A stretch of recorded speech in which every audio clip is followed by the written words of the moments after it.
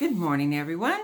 My name is Carolyn Hart Bennett, and today I'm going to read Chapter 12 from my second book, Seven Sisters, Overland. Back on the new train, and blessedly in coach cars, everyone felt relatively safe as they rode along farther south into Missouri. Then the unthinkable happened. As they looked out the windows, they saw soldiers on horseback catching up to the train and galloping alongside toward the engine. "Looks like we have some company," said a nervous President Tippit to President Larkin. "My guess is they're after gunpowder." The saints started to chatter and fidget, wondering what was going to happen. "Stay calm and quiet, everyone," Tippit ordered. He was praying to know what to do. Then it came out of his mouth. "I need you men with guns, powder, and ammunition to give them to your wives and the older sisters who could pull off a little deception. And I need you sisters to hide them under your skirts. If the soldiers see guns, they will know we have powder. Presidents Pinkerton and Larkin, go and tell the same thing to the other cars." The men who had firearms quickly unbuckled their gun holsters and gave them, along with their powder horns and pouches, to their wives and the other sisters. Marcus gave his to Susanna, who saw the urgency of the situation and, without hesitation, put his gun belt under her skirt and set her small traveling bag on top of her lap. The other sisters smoothed their skirts as best they could and set one or two of their children or younger siblings on their laps to disguise the more noticeable bulges. The same thing was obediently done in the other cars as well. The train started to slow down until it stopped. The brethren stepped to the doors and stuck their heads out. The mounted soldiers were spread out all along the side of the train. Their captain drawled, "By the authority of the Confederate Army of America, we, the 5th Regiment of the great state of Arkansas, are here to confiscate any extra gunpowder you have on board for the greater good of the Confederacy." That's my best Southern accent. President Tippit was uneasy but forced a smile. "Friends of the Confederacy, we would be most inclined to help you today if we were in a position to do so.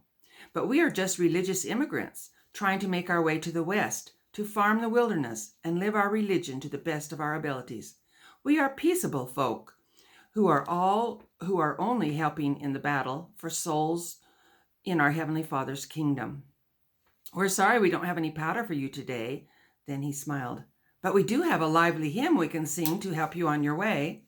The captain looked at his second in command in disbelief. "Just our luck to run into a bunch of Quakers. Search the cars anyway, men." The second in command repeated the order, and 2 horsemen rode to each car.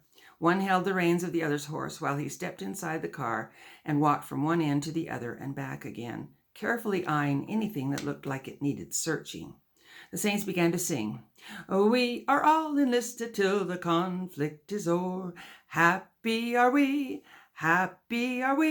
soldiers in the army, there's a bright crown in store. We shall win and wear it by and by." Sorry about that. As the soldier got closer to Susanna, she quit singing due to fright, and when he stopped beside her and opened her bag, she thought she would faint. He started pawing through it. She held her breath because he was moving the bag, which in turn was moving the gun belt balanced on her knees under her skirt, causing it to slide to one side. It was starting to fall. She didn't dare make a move to recover it for fear he would notice that she was trying to hide something. Marcus watched with worry. If the soldier discovered the gun, all the women would be searched, and that would be disastrous. Susanna turned her head toward Marcus. He gave her a look that meant, "Do something." She cleared her throat to get the soldier's attention and gazed up at him, smiling, her most engaging smile. He stopped his rummaging for a moment, and the corners of his mouth unwittingly turned up. She continued to smile as she started singing again with the rest of the saints, keeping eye contact with him the whole time. "Haste to the battle, quick to the field. Truth is our helmet, buckler and shield. Stand by our colors, proudly they wave." The soldier was enamored as she offered her right hand, which he automatically took. Then, shaking his hand on the downbeat, as the singers retarded the phrase, she emphasized with smiling eyes, We're joyfully, joyfully marching to our home. He looked around to see if anyone was watching him. They were. He could do nothing but smile and then shake hand after hand as it was presented to him by the singing saints on his way toward the door. The soldier had been all business when he started searching the car 5 minutes ago, but by the time he left, he was awkwardly interacting with all the well-wishers on board. However, when he got back to the door, he took back the demeanor of a soldier, put on his serious face, and stepped off the train to report. "There isn't any powder or guns on this car whatsoever, Captain." When the disappointed captain received similar reports from the other soldiers in the other cars, he swore under his breath and gave the order to move out. The soldiers then mounted up and were gone about as quickly as they arrived. President Pinkerton looked at President Tippit in bewilderment. How could they have gotten us Mormons mixed up with the Quakers? Tippit chuckled. They are definitely not from Missouri. Pinkerton then playfully kidded. "And do you feel any remorse for lying just now, President?" "I didn't say we didn't have any powder. I just said that we didn't have any powder for them today." Everyone laughed heartily. The men were very relieved that the soldiers hadn't confiscated their powder or discovered any of their guns. Marcus was particularly happy to retrieve his gun from Susanna, whose fetching smile probably softened the heart of the soldier in their car. He knew he and the other men would need their guns while crossing the plains. The women and girls were more than glad to return them to their menfolk so they could settle into the routine of riding the rails again. Everyone felt they had narrowly escaped what could have been a very volatile situation. After a few more miles, the dangers they had just experienced faded from their memory, and the twins began looking for diversion. They knew Sister Snider was their answer. "Sister Schneider, do you have a story for us today?" begged the twins as they sat on either side of her. Sister Schneider thought for a moment. Then a smile crossed her lips. "Well, yes, I do, twinsies. It's a story that happened to me when I was about your age." The twins giggled their delight, and others around them perked up their ears as well. Sister Schneider had some listeners. "When I was 10, I lived with my parents on a little farm near Albany. I was an only child, so I had to make my own fun. I knew every square inch of our farm. My favorite place to go was to the creek that ran through our property a quarter-mile away. There was a lone sycamore tree down there, and I had a favorite branch toward the top that I liked to lie on." "Weren't you afraid you'd fall off?" said Matthew. "Oh, it was plenty wide enough for me," she said. "You wouldn't know it to look at me now, but I was thin as a reed when I was a girl." The children tried to subdue their snickers because Sister Snider was rather plump now. "From that branch I could see quite far in all directions. I loved spending afternoons daydreaming up there. My parents, nevertheless, always cautioned me to be careful when I was by myself. They warned me that if I saw anything on our property anyone on our property I didn't know, I was to run for the house as fast as my little legs would carry me. One day, when I was surveying the countryside from my favorite branch, my attention was drawn to 2 horsemen who were approaching the bridge at the far end of the creek. My pulse started to race, for I could see they were Iroquois Indians. The children were on the edge of their seats. They had never seen Indians before, but they had heard plenty of stories about them and were deathly afraid of them. The children were on the edge of their seats. They had never... Oh, I said that. Sister Snider continued. "I wondered if I had time to slide down the tree and run to the house without them seeing me. I concluded I couldn't chance it. I would have to stay put.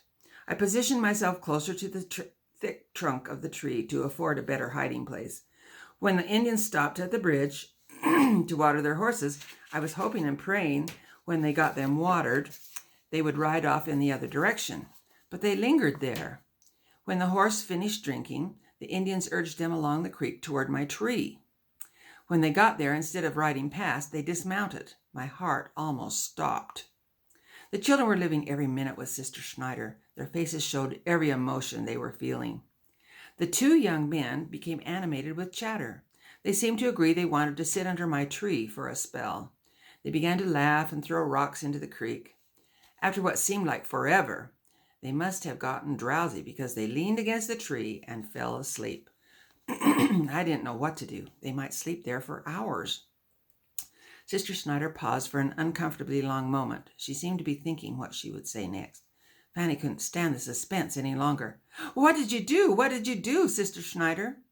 Well, I finally decided to climb down the tree on the opposite side of where they were sleeping, as quietly as I could. Sister Schneider's voice became softer and more dramatic. She had the children in the palm of her hand. I moved by inches, and when they stirred, I froze and held my breath until they fell back asleep. It took me a long time to get within jumping distance to the ground. Hanging onto the lowest branch of the tree, my feet were still a foot above the ground. I would just have to let go and hope I could land softly. I knew I couldn't hang from that branch forever. My hands were starting to hurt from the rough bark, and they were slipping. I said a little prayer and dropped to the ground.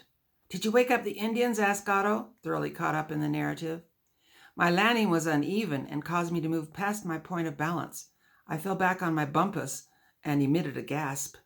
The Indians began to stir. The children grabbed onto each other. They were so worried for Sister Schneider. She started to build in intensity. I jumped up as quickly as I could, gathered up my skirt, and took off running. I had such fear in my being that I felt like I had lightning coursing through my veins. I hadn't gone very far until I could hear whooping from the two Indians who had discovered me as the intruder of their nap. They were running after me. I didn't dare look back. I just kept running. I was quite a ways away from my house. I had to think. It finally came to me. The corn patch was my answer. I would be there in a few more yards. I decided to weave through the corn patch so the Indians would lose sight of me. I darted into the patch and ran in a zigzag pattern to the other side, hoping to find some place to hide. When I came out the other side of the patch, there before me was a pile of newly stacked straw my father had completed a few days before. I couldn't wait another moment. I could hear the chirping of the Indians as they rustled through the patch.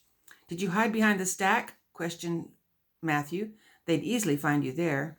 I did better than that. I climbed up toward the top on the hidden side and burrowed into the straw. It was fairly loose, so I kept digging and digging until I was completely covered. Then I tried to hold still.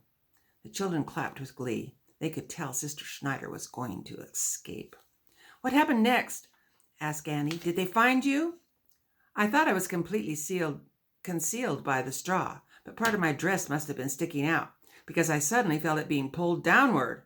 Then two hands grabbed my exposed right leg. I screamed and struggled to free myself by kicking with the other leg, but soon that leg was also captured. I began crying loudly, but didn't give up trying to get away from the two savages who each had a leg. The children's horrified eyes were big as cornflowers. I kept digging and digging and digging, trying to get away from them, but it was no use. They pulled my legs, and they kept pulling my legs really, really hard, just like I'm pulling yours right now. The children's mouths flew open like a baby bird waiting to receive worms. They were stunned. Then peals of laughter began. Oh, Sister Schneider, you fooled us, exclaimed Fanny as she rocked back and forth, holding her sides.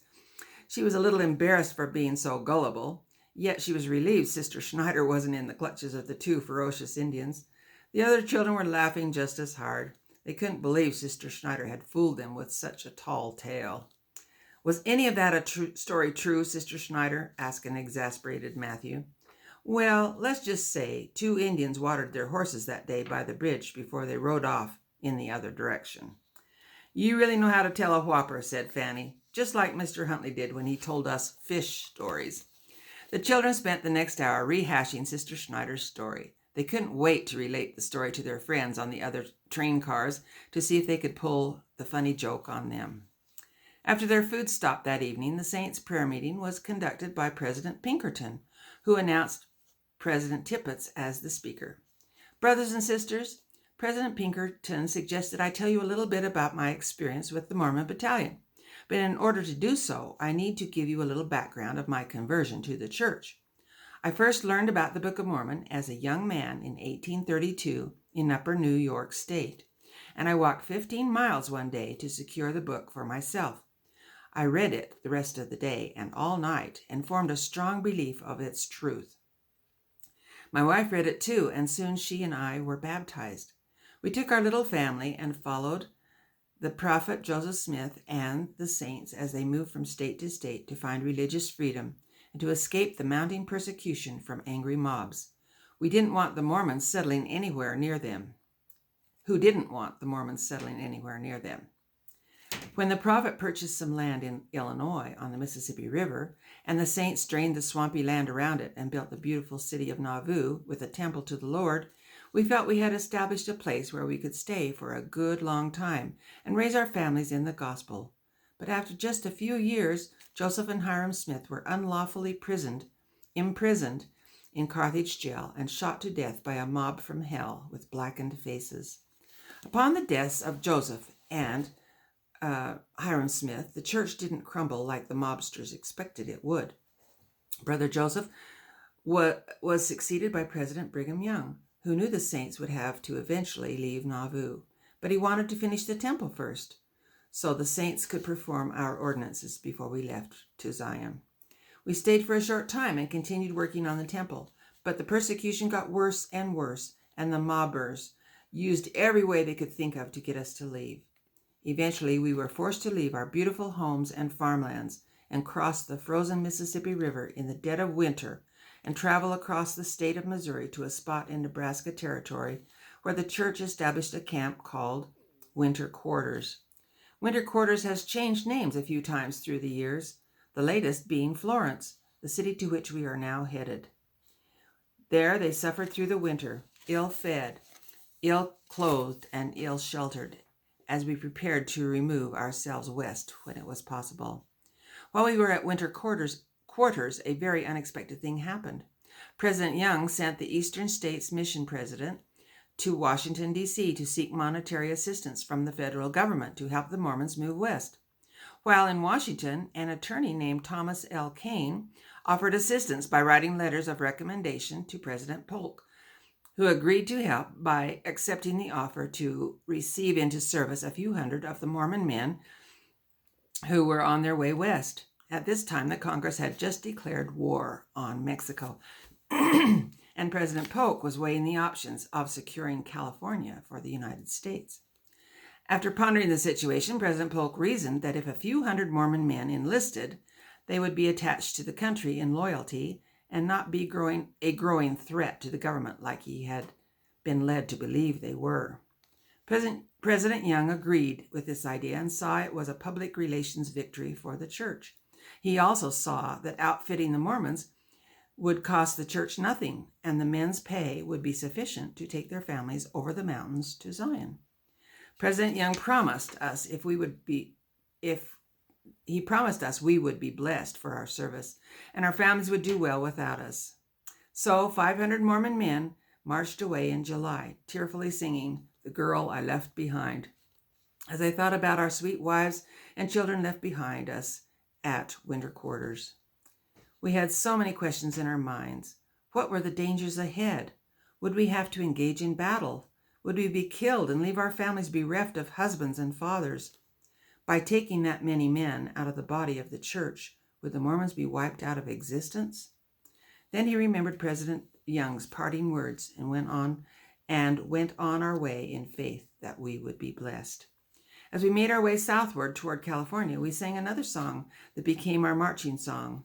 We are marching on to glory. It brought us great hope as we suffered from excessive heat, lack of food, and the rigors of marching long distances each day. We learned later that we marched on one of the longest military marches in history.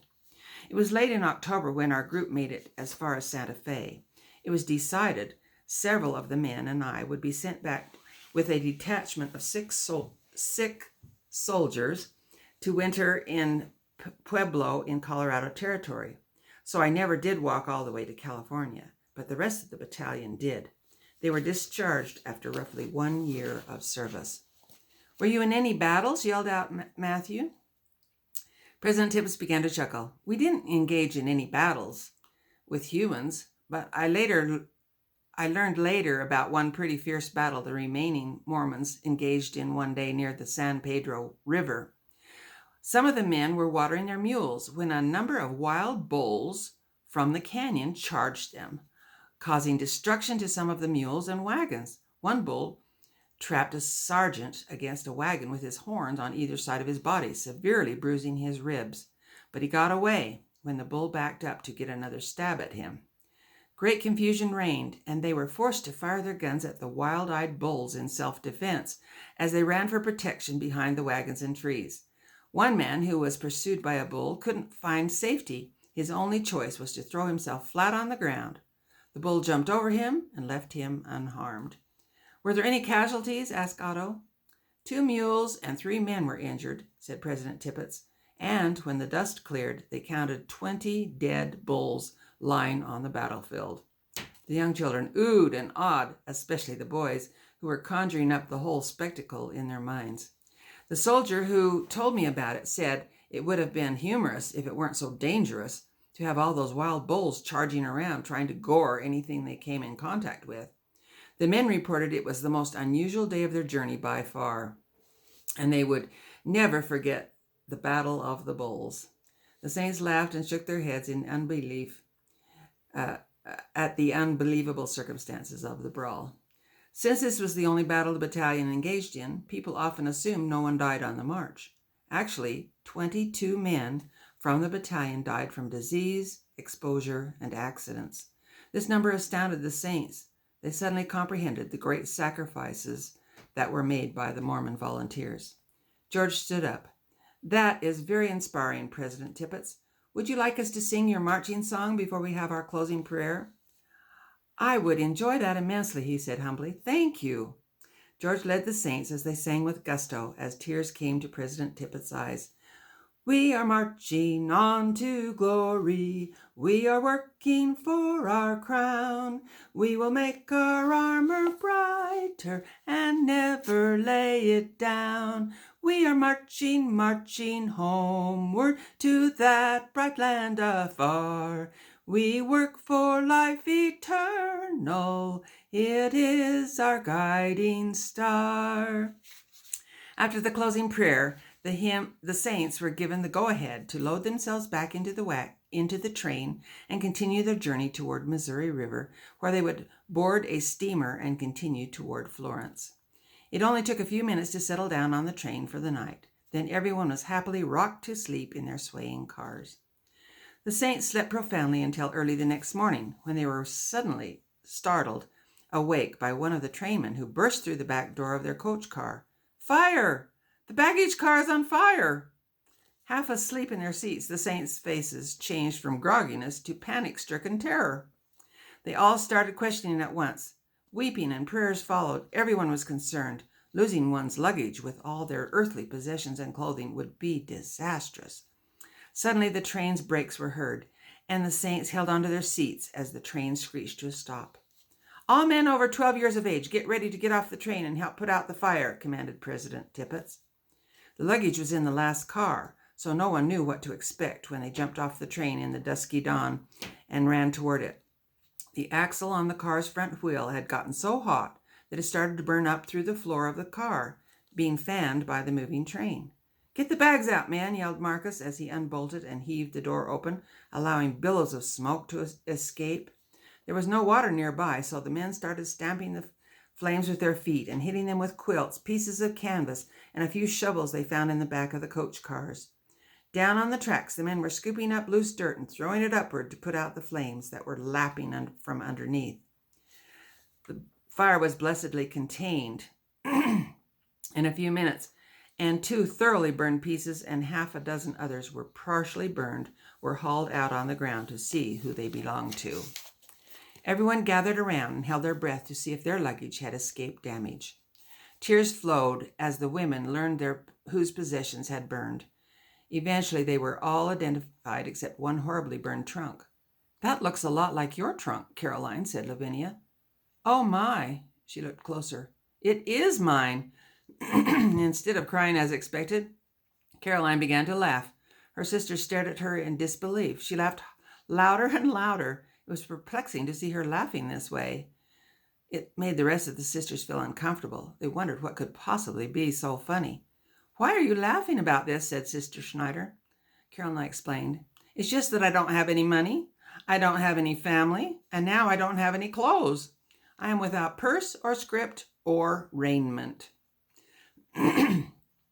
Consider the lilies of the field, Lavinia tried to comfort. Even Solomon in all his glory was not arrayed like one of these. If God can clothe the grass of the field, shall he not much more clothe you, O ye of little faith? Therefore take no thought, saying, What shall we eat? Or what shall we drink? Or wherewithal shall we be clothed?